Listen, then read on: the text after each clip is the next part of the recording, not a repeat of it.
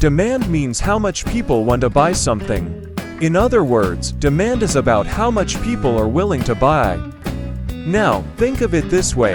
There are 100 apples in a store. This is the supply.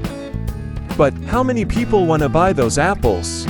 This is demand. It refers to how much people want to buy something. Let's give an example. If apples cost $1, many people might want to buy them. Because the price is low, demand will be high. But if apples cost $5, some people might consider buying, but many others will think, that's too expensive, I won't buy it. In this case, demand decreases. Demand is simply how much people are willing to buy something.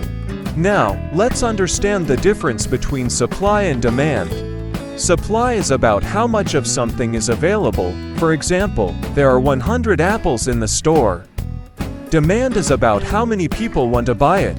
So, using the apple example, there are 100 apples in the store. This is the supply.